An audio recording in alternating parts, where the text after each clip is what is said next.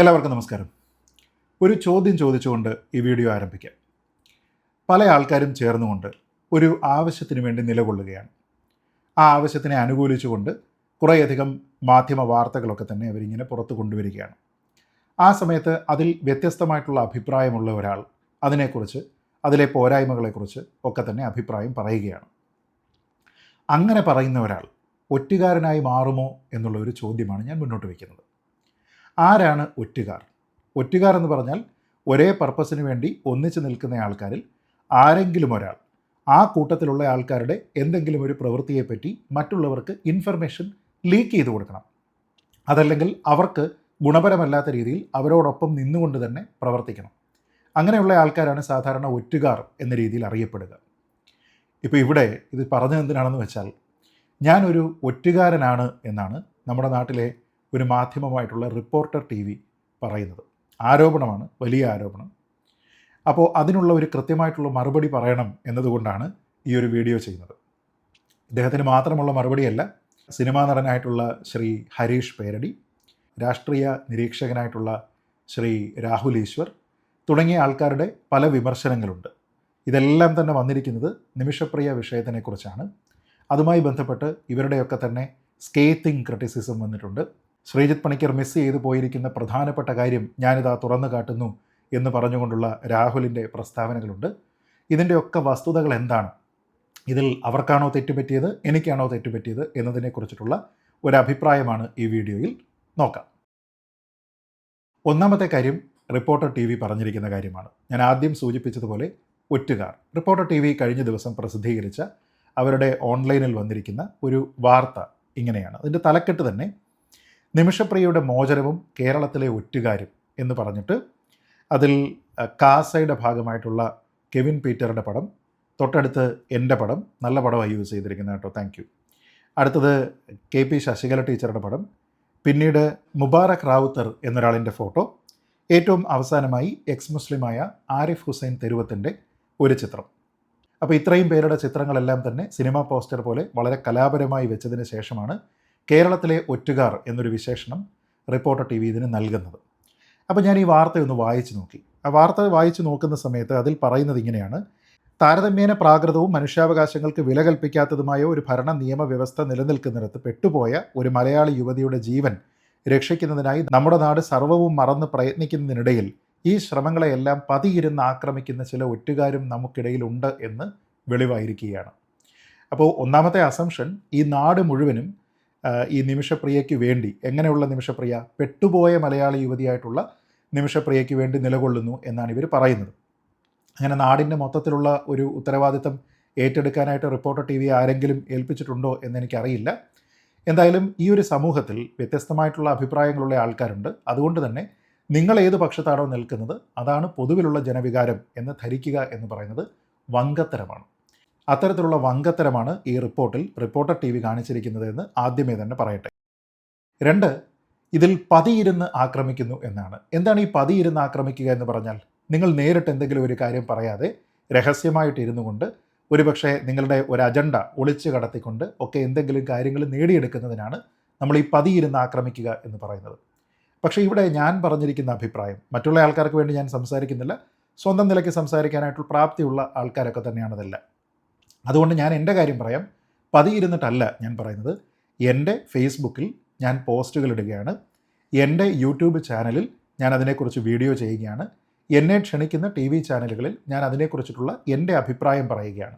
ഇതൊന്നും തന്നെ ഒളിച്ചിരുന്ന് പതിയിരുന്നുള്ള ആക്രമണമല്ല, മറിച്ച് അഭിമാനത്തോടു കൂടി, തൻ്റെ ഇടത്തോടു കൂടി, ആത്മവിശ്വാസത്തോടു കൂടി പറയുന്ന കാര്യത്തിലുള്ള ഉത്തമമായിട്ടുള്ള ബോധ്യത്തിൻ്റെ അടിസ്ഥാനത്തിൽ പറയുകയാണ്.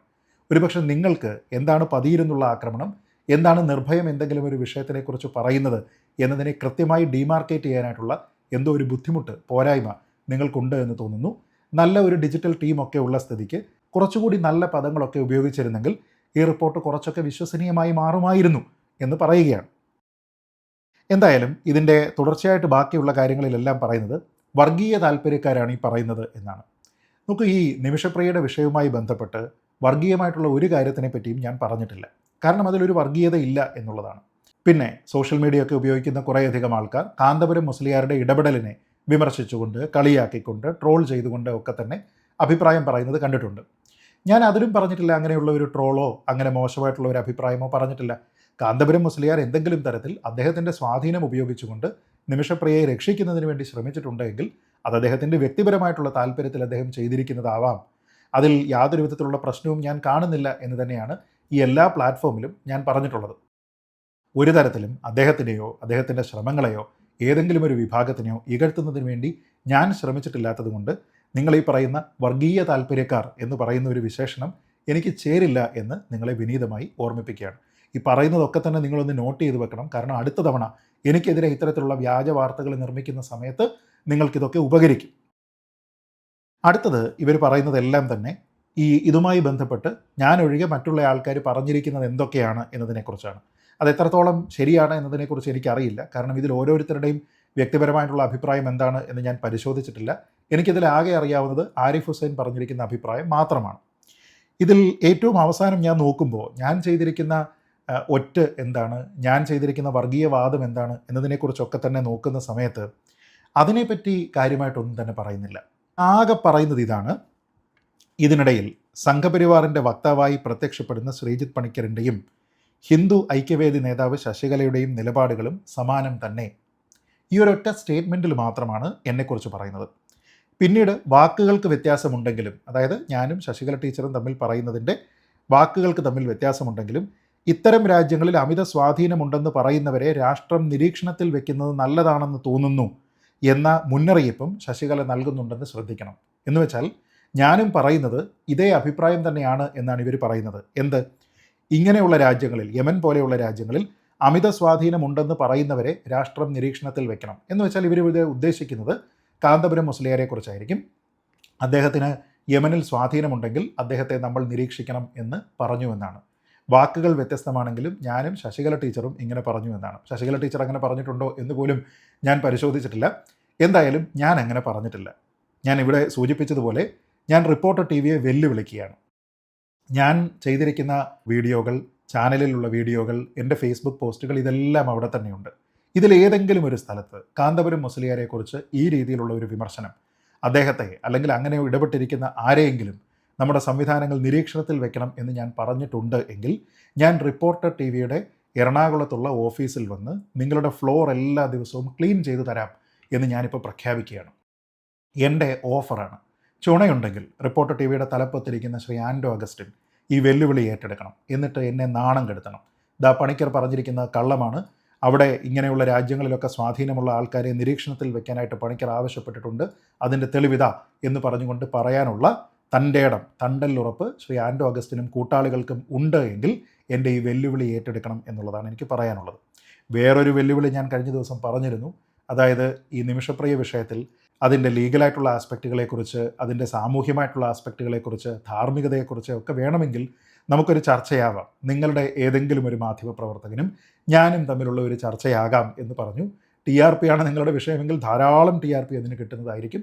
പക്ഷേ നിങ്ങൾ ഇതുവരെയും അത് ഏറ്റെടുത്തിട്ടില്ല എന്നുള്ളത് അങ്ങേയറ്റം ദുഃഖകരമായിട്ടുള്ള മാധ്യമപ്രവർത്തനമാണ് എന്ന് പറയാതിരിക്കാൻ കഴിയില്ല. ഇനി ഇതിൻ്റെ ബാക്കിയുള്ള ഭാഗങ്ങളിലൊന്നും തന്നെ എന്നെക്കുറിച്ചൊന്നും പറഞ്ഞിട്ടില്ല. പക്ഷേ ഞാൻ എങ്ങനെയോ ഒറ്റുകാരനായി എന്നാണ് ഇവർ പറയുന്നത്. ശരി, അതങ്ങ് നമുക്ക് വിട്ടേക്കാം. ചില ആൾക്കാരൊക്കെ എന്നോട് പറയുന്നുണ്ട് ഇത് ഡെഫമേഷനാണ്, നിങ്ങളതുകൊണ്ട് ഇവർക്കെതിരെ കേസ് കൊടുക്കണം എന്നൊക്കെ പറഞ്ഞു. ഞാൻ പറഞ്ഞു അതിൻ്റെ ഒന്നും ആവശ്യമില്ല. ഇങ്ങനെ വഴിയിൽ നമ്മളെ നോക്കി ബഹളം ഉണ്ടാക്കുന്ന ആൾക്കാരെ എല്ലാം എതിർക്കുകയും അവർക്കെല്ലാം എതിരെ നിയമ നടപടിയും എന്നൊക്കെ പറയുന്നതൊന്നും പ്രാക്ടിക്കലായിട്ടുള്ള കാര്യമല്ല. നിങ്ങൾക്ക് എതിർക്കാനുള്ള അവകാശമുണ്ട്, ഇതേപോലെ തോന്നിയാസമൊക്കെ എഴുതിവിടാനുള്ള അവകാശമുണ്ടോ എന്നെനിക്കറിയില്ല. എന്തായാലും ഞാൻ നിങ്ങൾക്കെതിരെ കേസിനും വഴക്കിനും ഒന്നും പോകുന്നില്ല. എന്തായാലും ഇത്തരത്തിലുള്ള മണ്ടത്തരങ്ങളൊക്കെ ഒന്ന് തിരുത്താൻ വേണ്ടിയിട്ട് ശ്രമിച്ചാൽ നന്നായിരിക്കും. പറയുന്ന ആരോപണങ്ങളിൽ കുറച്ച് സത്യസന്ധതയുണ്ട് എങ്കിൽ അതൊരു മാധ്യമ സ്ഥാപനം എന്ന നിലയിൽ നിങ്ങൾക്ക് നല്ലതായിരിക്കും എന്ന് മാത്രമേ ഈ വിഷയത്തിൽ റിപ്പോർട്ടർ ടിവിയോട് ഈ വാർത്തയെക്കുറിച്ച് പറയാനുള്ളൂ. പക്ഷേ അവിടെ തീരുന്നില്ല. റിപ്പോർട്ടർ ടിവി മറ്റൊരു വാർത്തയും കൂടി എനിക്കെതിരെ ചെയ്തിട്ടുണ്ട്. നിമിഷപ്രിയയെ വെറുതെ വിടേണ്ടതില്ല, നാടൊന്നാകെ മോചനത്തിന് ശ്രമിക്കുമ്പോൾ തുടർച്ചയായി ശ്രീജിത്ത് പണിക്കർ. അതായത് ശ്രീജിത്ത് പണിക്കർ തുടർച്ചയായി വീഡിയോകൾ ചെയ്യുന്നു ഈ വിഷയത്തിൽ എന്നാണ് ഇവർ പറയുന്നത്. ഞാൻ ചെയ്തത് 2 വീഡിയോയാണ്. ഇപ്പോൾ ഈ 3ാമത്തെ വീഡിയോ ചെയ്യുന്നതിൻ്റെ കാരണം തന്നെ റിപ്പോർട്ടർ ടിവിയും മറ്റുള്ള ചില ആൾക്കാരുമാണ്. കാരണം അതല്ല എങ്കിൽ നിമിഷപ്രിയ വിഷയത്തിൽ എനിക്ക് പറയാനുള്ളതെല്ലാം ഞാൻ ഓൾറെഡി പറഞ്ഞു കഴിഞ്ഞതുമാണ്. അപ്പോൾ 2 വീഡിയോ ചെയ്യുന്നതാണോ ഈ തുടർച്ചയായ വീഡിയോകൾ എന്ന് ചോദിച്ചു കഴിഞ്ഞാൽ പൗരത്വ ഭേദഗതി വിഷയവുമായി ബന്ധപ്പെട്ട് എത്ര വീഡിയോകളിൽ എൻ്റേതായിട്ട് വന്നിട്ടുണ്ട്. ഇപ്പോൾ വഖഫ് നിയമവുമായി ബന്ധപ്പെട്ട് എത്ര വീഡിയോകൾ, അയോധ്യ വിഷയവുമായി ബന്ധപ്പെട്ട് എത്ര വീഡിയോകൾ, കേരളത്തിലെ ആരോഗ്യരംഗവുമായി ബന്ധപ്പെട്ട് എത്ര വീഡിയോകൾ, നമ്മുടെ വിദ്യാഭ്യാസ മേഖലയുമായി ബന്ധപ്പെട്ട് എത്ര വീഡിയോകൾ. ആ സമയത്തൊക്കെ തന്നെ നിങ്ങളിങ്ങനെ വാർത്ത ചെയ്തിരുന്നോ? ഇല്ല. അപ്പോൾ നിങ്ങൾക്ക് നിങ്ങളുടേതായിട്ടുള്ള ഒരു അജണ്ടയുണ്ട്. ആ അജണ്ട പരാജയപ്പെടുന്നു എൻ്റെ വീഡിയോ കാരണം എന്ന് ഒരുപക്ഷെ നിങ്ങൾക്ക് തോന്നിയിട്ടുണ്ടാകാം. അതല്ലാതെ ഒരു ലോജിക്കൽ റീസൺ ഞാനിതിൽ കാണുന്നില്ല എന്നുള്ളതാണ് എനിക്ക് പ്രിയപ്പെട്ട ആൻഡോ ചേട്ടനോടും കൂട്ടാളികളോടും പറയാനുള്ളത്. എന്തായാലും ഇതിൽ പറയുന്നത് വളരെ അബദ്ധമായിട്ടുള്ള ഒരു കാര്യമുണ്ട്. നിമിഷപ്രിയയെ മോചിപ്പിക്കരുതെന്ന് ശക്തമായി വാദിക്കുകയാണ് സംഘപരിവാർ അനുകൂല പ്രസ്താവനകളിലൂടെ സമൂഹ മാധ്യമങ്ങളിൽ സ്ഥിരം സാന്നിധ്യമായ ശ്രീജിത്ത് പണിക്കർ. മലയാളികളായ ഒരു ചെറുവിഭാഗം നിമിഷപ്രിയക്കെതിരെ സമൂഹ മാധ്യമങ്ങളിലൂടെ പലതരത്തിലുള്ള പ്രചരണങ്ങൾ നടത്തുന്നുണ്ട്. എൻ്റേത് നിമിഷപ്രിയക്കെതിരെയുള്ള ഒരു പ്രചരണമല്ല. ആ വിഷയത്തിലുള്ള സത്യാവസ്ഥ എന്താണ്, അതിൻ്റെ നിയമവശങ്ങൾ എന്തൊക്കെയാണ്, ആ നിയമം ആ നാട്ടിൽ എങ്ങനെയാണ് പ്രവർത്തിക്കുന്നത്, നമ്മുടെ നാട്ടിലാണെങ്കിൽ അത് എങ്ങനെയാകുമായിരുന്നു തുടങ്ങിയ കാര്യങ്ങളെക്കുറിച്ച് ഒരു നിരീക്ഷകൻ എന്ന രീതിയിൽ എൻ്റെ അഭിപ്രായമാണ് ഞാൻ പറയുന്നത്. ഒരു നിരീക്ഷകൻ അഭിപ്രായം പറയുകയാണല്ലോ വേണ്ടത്, അല്ലാതെ റിപ്പോർട്ടർ ടിവിയെ പേടിച്ച് അഭിപ്രായം തന്നിലേക്ക് ഒതുക്കി മിണ്ടാതിരിക്കുകയല്ലല്ലോ വേണ്ടത്. അതുകൊണ്ട് നിങ്ങൾ നിങ്ങളുടെ ജോലി ചെയ്യുക. ഈ പറഞ്ഞതുപോലെ അബദ്ധമൊക്കെ വാർത്തയാണ് എന്ന് പറഞ്ഞുകൊണ്ട് ചെയ്യുക. എനിക്കറിയാവുന്ന വിഷയങ്ങളെക്കുറിച്ച് ഞാനും അഭിപ്രായം പറയാം. അപ്പോൾ ഇങ്ങനെ സമൂഹ മാധ്യമങ്ങളിലൂടെ നിമിഷപ്രിയക്കെതിരെ പ്രചരണം നടത്തുന്നുണ്ട്. നിമിഷപ്രിയക്കെതിരെ പ്രചരണം നടത്തുക എന്ന് പറയുമ്പോൾ നിമിഷപ്രിയ മോശമാണ് എന്ന തരത്തിൽ പ്രചരണം നടത്തുന്നു എന്നായിരിക്കുമല്ലോ ഇവർ ഉദ്ദേശിച്ചിരിക്കുക. എന്ന് വെച്ചാൽ അത് ആ കൊല്ലപ്പെട്ടിരിക്കുന്ന തലാൽ മെഹദി എന്ന് പറയുന്ന ആളിനെ ഫേവർ ചെയ്തിട്ടായിരിക്കുമല്ലോ അത് പറയുക.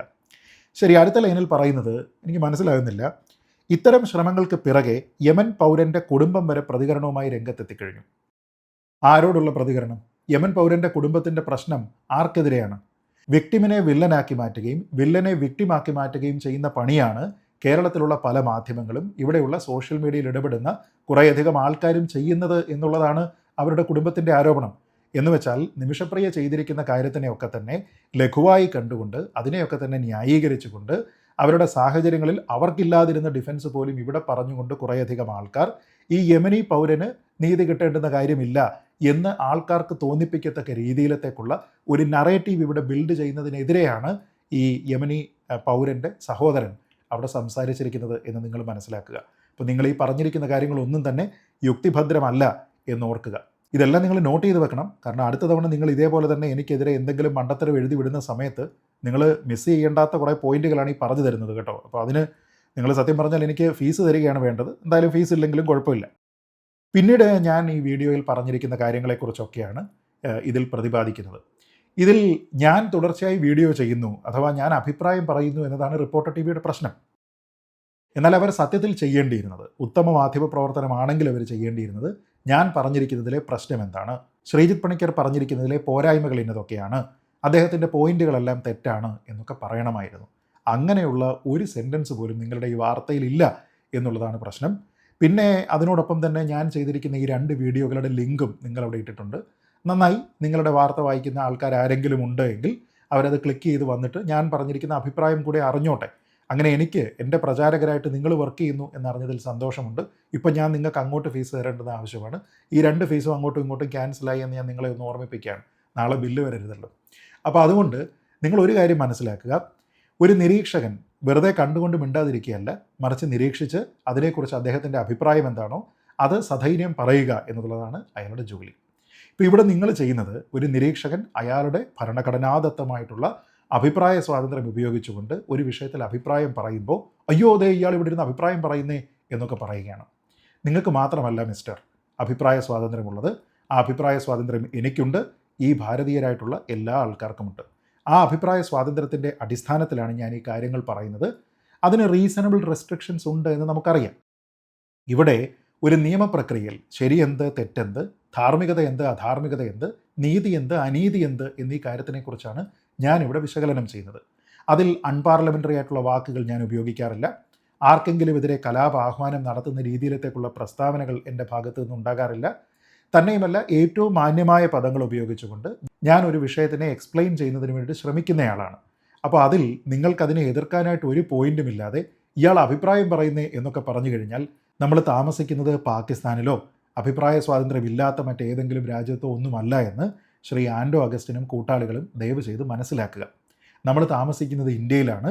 ഇവിടെ എനിക്ക് ഈ അഭിപ്രായം പറയുന്നതിനുള്ള സ്വാതന്ത്ര്യം തരുന്നത് നമ്മുടെ ഭരണഘടനയാണ്. വല്ലപ്പോഴും ശ്രീ ആൻഡോ അഗസ്റ്റിൻ ആ ഭരണഘടന ഒന്ന് മറച്ചു നോക്കുക.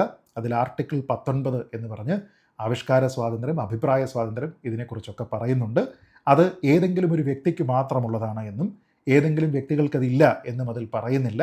ഇന്ത്യക്കാർക്ക് ഒരേപോലെ തന്നെയാണ്. അപ്പോൾ ഞാൻ പറഞ്ഞിരിക്കുന്നതിൽ എന്തെങ്കിലും വിദ്വേഷകരമായിട്ടുള്ള പ്രസ്താവനയോ ഏതെങ്കിലും ഒരാളിനെ ആക്രമിക്കണം എന്നുള്ള ഒരു ആഹ്വാനമോ അങ്ങനെ എന്തെങ്കിലും രീതിയിലത്തേക്കുള്ള മോശമായിട്ടുള്ള കാര്യമുണ്ടെങ്കിൽ നിങ്ങൾക്ക് കൊണ്ടുപോയിട്ടൊരു കേസ് കൊടുക്കാം. അങ്ങനെ കേസ് കൊടുത്തു കഴിഞ്ഞാൽ കേസ് എടുക്കാനുള്ള ഒരു നിയമ സംവിധാനം നമ്മുടെ നാട്ടിലുണ്ട്.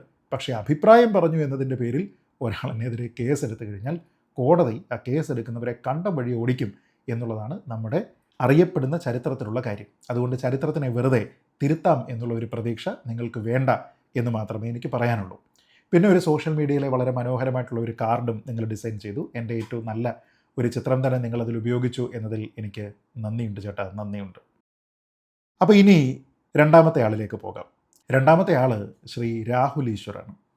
ശ്രീ രാഹുൽ ഈശ്വർ പല വിഷയങ്ങളിലും എന്നതുപോലെ ഈ വിഷയത്തിലും തീരെ യുക്തിസഹമല്ലാത്ത ഒരഭിപ്രായമാണ് പറഞ്ഞിരിക്കുന്നത്. അദ്ദേഹം എൻ്റെ നല്ല സുഹൃത്താണ്.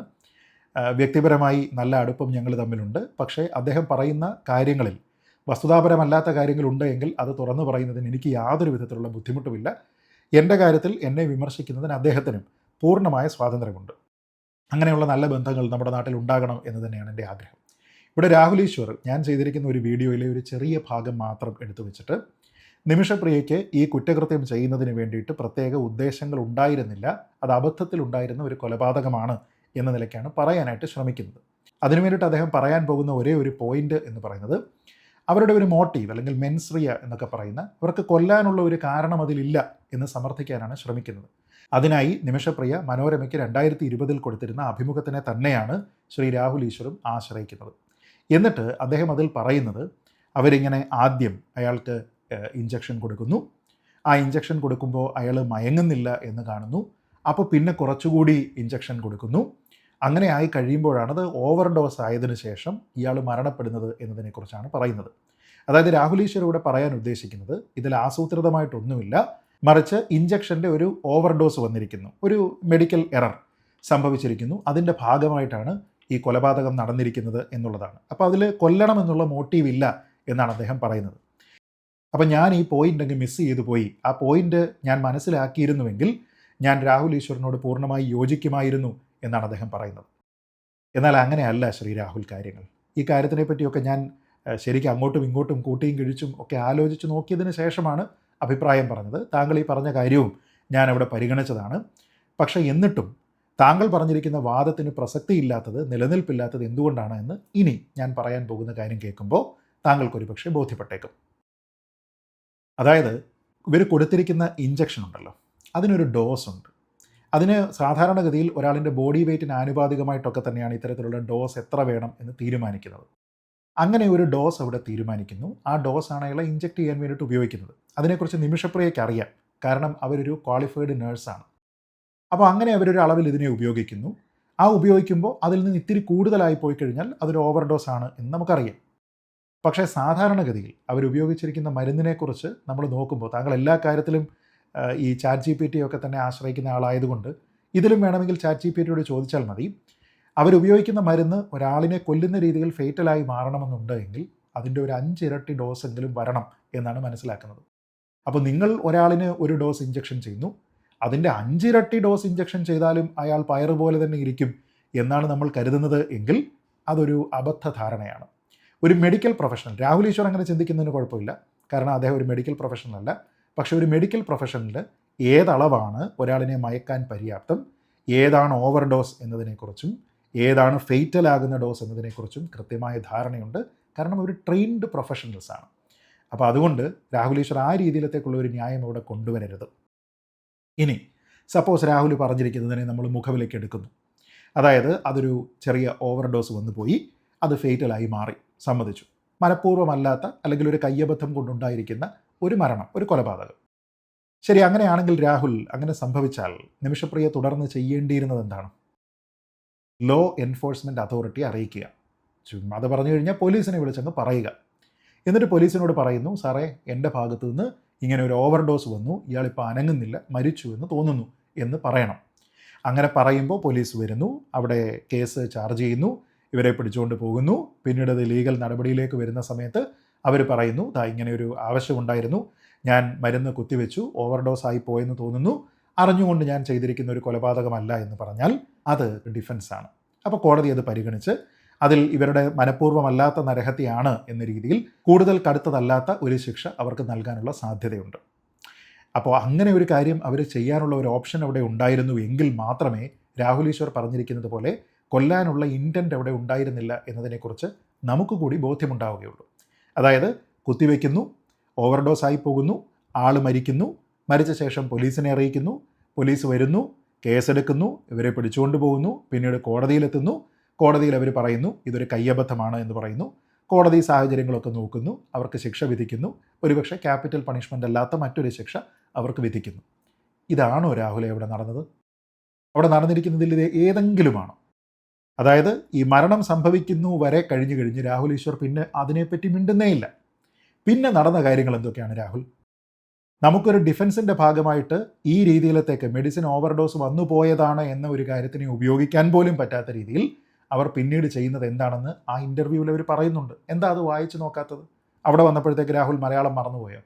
അവർ പറയുന്നത് അവിടുത്തെ ഒരു പോലീസിലുള്ള ഒരു സുഹൃത്തിനെ വിളിക്കുന്നു.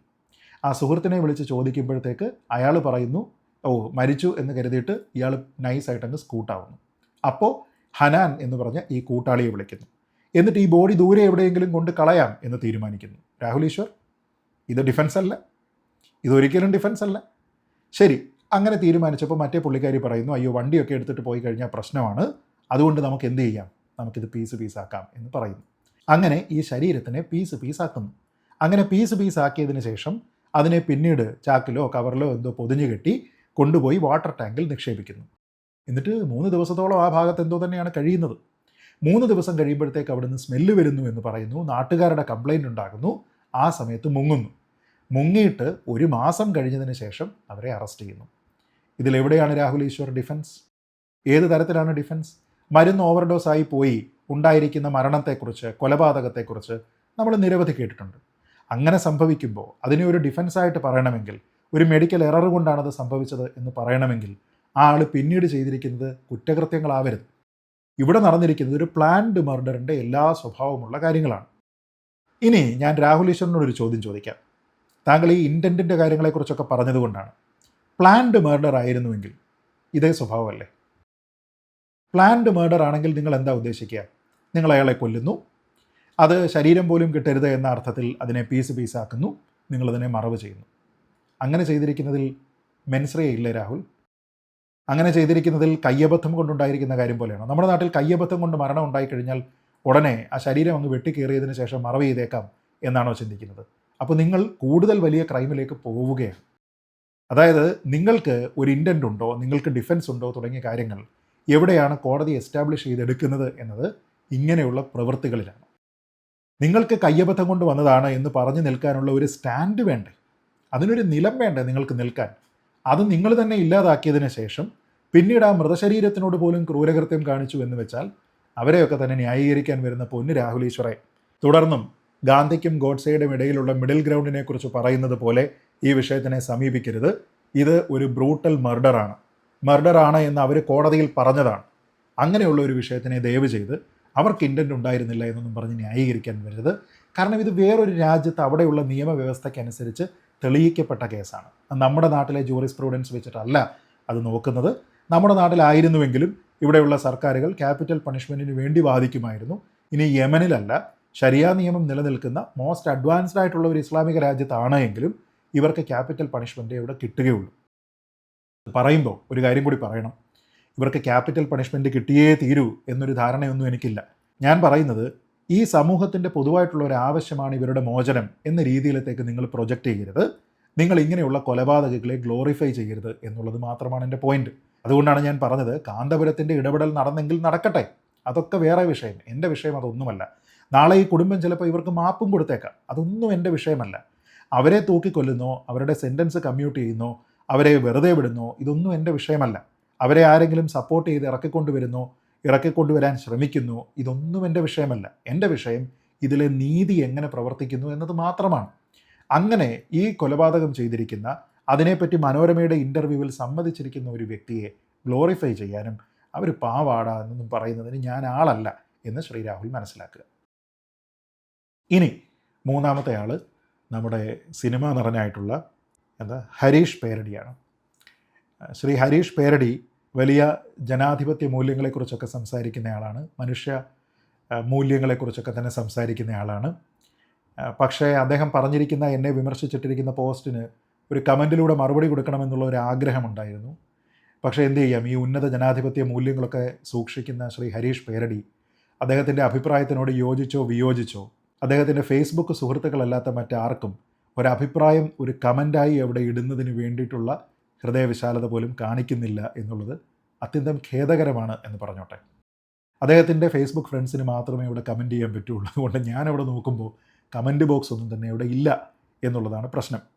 ഇനി അദ്ദേഹം പറയുന്നത്, ഇന്ത്യ എൻ്റെ രാജ്യമാണ്, എല്ലാ ഇന്ത്യക്കാരും എൻ്റെ സഹോദരി സഹോദരന്മാരാണ്. പ്രിയപ്പെട്ട ശ്രീജിത്ത്, നമ്മൾ ചൊല്ലിപ്പഠിച്ച പ്രതിജ്ഞയുടെ പ്രതിജ്ഞ എന്നാണ് അത് എഴുതിയിരിക്കുന്നത്, പ്രതിജ്ഞയാണ്, ജായും ന്യായും, പ്രതിജ്ഞയുടെ ആദ്യ ഭാഗമാണ്. അപ്പോൾ നിമിഷപ്രിയ, എനിക്കും നിങ്ങൾക്കും നമുക്കെല്ലാവർക്കും ആരാണെന്ന് മനസ്സിലാക്കാൻ ഇതിലും കൂടുതൽ തെളിവുകൾ വേണ്ടല്ലോ. നിങ്ങളൊന്ന് ആലോചിച്ച് നോക്കൂ ശ്രീ ഹരീഷ് പേരടി. എല്ലാ ഇന്ത്യക്കാരും നമ്മുടെ സഹോദരി സഹോദരന്മാരാണ് എന്നതിൻ്റെ പേരിൽ മാത്രം നമ്മുടെ ഒരു സഹോദരി ഒരു വലിയ ക്രൂരകൃത്യം ചെയ്തു കഴിഞ്ഞാൽ അവരെ സംരക്ഷിച്ച് ചേർത്ത് പിടിക്കണം എന്ന് നിങ്ങൾ പറയുന്നതിൻ്റെ യുക്തി എന്താണ്? ഇന്ത്യയിലുള്ള നിരവധി കൊലപാതകങ്ങൾ ചെയ്യുന്നതെല്ലാം ഇന്ത്യക്കാരായിട്ടുള്ള ആൾക്കാർ തന്നെയാണ്. അപ്പോൾ നിങ്ങൾ ആരുടെ കൂടെ നിൽക്കും? സഹോദരൻ സഹോദരിയല്ലേ കൊന്നത് എന്നൊക്കെ പറയുകയാണോ നിങ്ങൾ ചെയ്യുക? നമ്മുടെ നാട്ടിലുള്ള സഹോദരനും സഹോദരിയുമാണ് എന്ന് പറയുന്നത് നമ്മളൊരു ഫ്രട്ടേണിറ്റി ആയിട്ട്, ഒരു കോമൺ ബ്രദർഹുഡിൻ്റെ അടിസ്ഥാനത്തിൽ പ്രവർത്തിക്കണം, നമ്മൾ ഒന്നാണ് എന്നുള്ള ധാരണ ഉണ്ടാകണം എന്നതിൻ്റെ അടിസ്ഥാനത്തിലാണ്. അതല്ലാതെ നമ്മളിൽ ആരെങ്കിലും എന്തെങ്കിലും മര്യാദകേട് കാണിച്ചു കഴിഞ്ഞാൽ, ഒരാൾ എന്തെങ്കിലും തെമ്മാടിത്തം കാണിച്ചു കഴിഞ്ഞാൽ അയാൾ എൻ്റെ സഹോദരനാണ് എന്ന് കരുതി ചേർത്ത് പിടിക്കുന്നതല്ല നമ്മുടെ രാജ്യം ഈ ഒരു പ്രതിജ്ഞയിൽ കൂടി ഉദ്ദേശിച്ചിരിക്കുന്നത്. അപ്പോൾ താങ്കൾ സ്കൂളിൽ ചൊല്ലിയിരിക്കുന്ന ഈ പ്രതിജ്ഞയുടെ അർത്ഥം പോലും താങ്കൾ ഇത്രയും പ്രായമായിട്ട് മനസ്സിലാക്കിയിട്ടില്ലല്ലോ എന്ന് ഓർക്കുമ്പോൾ എനിക്ക് വലിയ വിഷമം തോന്നുന്നുണ്ട്. ഈ രീതിയിൽ ഒരു കൊടും കുറ്റകൃത്യം ചെയ്തിരിക്കുന്ന ഒരാളിനെ സംരക്ഷിക്കുന്നതിന് വേണ്ടി നമ്മൾ ശ്രമിക്കണം. ദൃശ്യം സിനിമയിലെ ജോർജ് കുട്ടിമാരായിട്ട് നമ്മൾ ഓരോരുത്തരും മാറണം എന്നല്ല ഈ പ്രതിജ്ഞയിൽ നമ്മളോട് പറഞ്ഞിരിക്കുന്നത്. അതുകൊണ്ട് ആ പ്രതിജ്ഞ താങ്കൾ സ്കൂൾ കാലഘട്ടത്തിൽ തന്നെ പഠിച്ചിരിക്കുന്നത് തെറ്റായിട്ടാണ് എന്ന് അത്യന്തം വ്യസനത്തോടു കൂടി താങ്കളെ ഓർമ്മിപ്പിക്കുകയാണ്. ഇനി അതിനടുത്ത രീതിയിലത്തേക്കൊന്ന് പറഞ്ഞു കഴിഞ്ഞാൽ, ശ്രീ ഹരീഷ് പേരടി നമ്മളൊക്കെ തന്നെ നമ്മുടെ ഒരു സംസ്കാരത്തിൻ്റെ ഭാഗമായിട്ട് ചെറുപ്പം മുതൽ തന്നെ പഠിച്ചു വളരുന്നത് എന്തിൻ്റെ പേരിലാണ്? എന്തൊക്കെ തത്വങ്ങളുടെ പേരിലാണ്? വസുധൈവ കുടുംബകം എന്ന് നമ്മൾ പറയാറില്ലേ? എന്ന് പറയുമ്പോൾ അത് ഇന്ത്യയിക കുടുംബകം, ഭാരതീയ കുടുംബകം എന്നല്ലല്ലോ. വസുധൈവ കുടുംബകം എന്നാണ്. ഈ ഭൂമി മൊത്തം നമ്മുടെ കുടുംബമാണ് എന്നാണ്. അങ്ങനെയാണെങ്കിൽ ഈ കൊല്ലപ്പെട്ട തലാൽ മെഹദി താങ്കളുടെ സഹോദരനാണ് ശ്രീ ഹരീഷ് പേരടി. അദ്ദേഹത്തിന് നീതി വേണ്ടേ? അദ്ദേഹത്തിന് നീതി വേണ്ട എന്നാണ് താങ്കൾ പറയുന്നത് എങ്കിൽ എനിക്ക് വേറെ ഒന്നും പറയാനില്ല. ഇനി അദ്ദേഹം കുറേയധികം കാര്യങ്ങൾ അതിൽ എഴുതുന്നുണ്ട്. ഏറ്റവും അവസാനം അദ്ദേഹം പറയുകയാണ്, ഇനി അവൾ കൊല്ലപ്പെടുകയാണെങ്കിൽ നിമിഷപ്രിയ, അവളുടെ ഒരു മാംസ കഷണം ഇരയുടെ കുടുംബത്തിൻ്റെ സഹായത്തോടെ നിങ്ങൾ നേടിയെടുക്കണം, ഞാൻ, എന്നിട്ട് പുഴുങ്ങി തിന്നണം. കൊന്നാൽ പാപം തിന്നാൽ തീരുമെന്ന് നമ്മുടെ പൂർവികർ പറഞ്ഞിട്ടുണ്ട് എന്നാണ് അദ്ദേഹം പറയുന്നത്. ഇവിടെ ശ്രീ ഹരീഷ് പേരടി, എനിക്ക് താങ്കളോട് ഒരൊറ്റ കാര്യം മാത്രമേ പറയാനുള്ളൂ. അത് സാങ്കല്പികമായിട്ടുള്ള ഒരു ഉദാഹരണമാണ്. ഒന്ന് സങ്കല്പിച്ച് നോക്കുക. പേരില്ലാത്ത ഏതോ ഒരു രാജ്യത്ത് പേരില്ലാത്ത ഏതോ ഒരു മനുഷ്യൻ പേരില്ലാത്ത മറ്റേതോ ഒരു മനുഷ്യനെ കൊല്ലുന്നു. കൊന്നിട്ട് ആ ശരീരം 100 കഷണങ്ങളായിട്ട് മുറിക്കുന്നു. അങ്ങനെ മുറിച്ചതിൽ ഒരു കഷണം എടുത്ത് ഈ കൊലപാതകി അങ്ങ് തിന്നിരുന്നെങ്കിൽ ആ പാപം അപ്പോഴേ അങ്ങ് തീരുമായിരുന്നല്ലോ, അല്ലേ? അതാണോ താങ്കൾ പറഞ്ഞു വരുന്നത്? അപ്പോൾ ഇവിടെ ആരുടെയും മാംസത്തിന് വേണ്ടിയിട്ട് ഞാനല്ല ദാഹിക്കുന്നത്. മാംസത്തിന് വേണ്ടി ദാഹിച്ച ആൾക്കാരുണ്ട്, മാംസമാക്കിയ ആൾക്കാരുണ്ട്, കഷണങ്ങളാക്കിയ ആൾക്കാരുണ്ട്. അവരോട് പോയി നിങ്ങൾ ഈ സാരോപദേശമൊക്കെ തന്നെ നടത്തണം, എന്നോടല്ല. നിങ്ങൾ എന്നെ എതിർത്തുകൊണ്ട് ആരെ ന്യായീകരിക്കാൻ ശ്രമിക്കുന്നു ആ വ്യക്തിയാണ് ഒരാളിനെ കൊന്നിരിക്കുന്നത്, ഞാനല്ല. ശ്രീജിത്ത് പണിക്കരല്ല ശ്രീ ഹരീഷ് പേരടി ഒരു വ്യക്തിയെ കൊന്നത്. ശ്രീജിത്ത് പണിക്കരല്ല ശ്രീ ഹരീഷ് പേരടി ഒരു വ്യക്തിയുടെ ശരീരം 110 കഷണങ്ങളായി മുറിച്ചത്. ശ്രീജിത്ത് പണിക്കരല്ല ശ്രീ ഹരീഷ് പേരടി ആ 110 പീസുകളെയും വാരിക്കെട്ടി നിർദ്ദയം നിർദാക്ഷിണ്യം ആൾക്കാർക്ക് വെള്ളം കുടിക്കാനുള്ള ടാങ്കിൽ ഉപേക്ഷിച്ചിട്ട് ആ നാട്ടിൽ നിന്ന് മുങ്ങിയത്. അതുകൊണ്ട് ഈ തരത്തിലുള്ള സാരോപദേശങ്ങളൊക്കെ അങ്ങ് ആനമുടിയുടെ മുകളിലത്തെ പീക്കിൽ കയറി നിന്നിട്ട് ആകാശത്തേക്ക് നോക്കി വിളിച്ചു പറഞ്ഞാൽ മതി എന്നാണ് പ്രിയപ്പെട്ട ശ്രീ ഹരീഷ് പേരടിയോട് എനിക്ക് പറയാനുള്ളത്. അപ്പോൾ അതുകൊണ്ട് എനിക്ക് ഈ വിഷയത്തിൽ പറയാനുള്ള കാര്യങ്ങൾ നേരത്തെ പറഞ്ഞു കഴിഞ്ഞു. പക്ഷേ നിരന്തരമായി അകാരണമായി വങ്കത്തരം പറഞ്ഞുകൊണ്ട് യാതൊരു വിധത്തിലുള്ള ലോജിക്കുമില്ലാതെ എന്നെ വിമർശിക്കാനായിട്ട് നിൽക്കുന്ന ആൾക്കാരോട് എനിക്ക് ചോദിക്കാനുള്ള ഒരേ ഒരു കാര്യം ഇപ്പോഴും ഞാൻ ചോദിക്കുന്നു. ഒരാളെ കൊന്ന് 110 പീസാക്കി അതിനെ കുടിവെള്ള സംഭരണിയിൽ ഉപേക്ഷിച്ചിട്ട് നാട് വിട്ടു പോകാൻ ശ്രമിച്ചിരുന്ന ഒരാളിനെ ന്യായീകരിച്ചുകൊണ്ട് ദയവ് ചെയ്ത് എനിക്കെതിരെ സാരോപദേശവുമായി ഇറങ്ങരുത്. എന്നെ ഒറ്റുകാരനെന്ന് നിങ്ങൾ വിളിക്കരുത്. നിങ്ങളുടെ തനിക്കുണം നമ്മളെല്ലാവരും തന്നെ കാണുന്നുണ്ട്. നിങ്ങൾക്ക് നല്ലത് വരട്ടെ. ജയ് ഹിന്ദ്.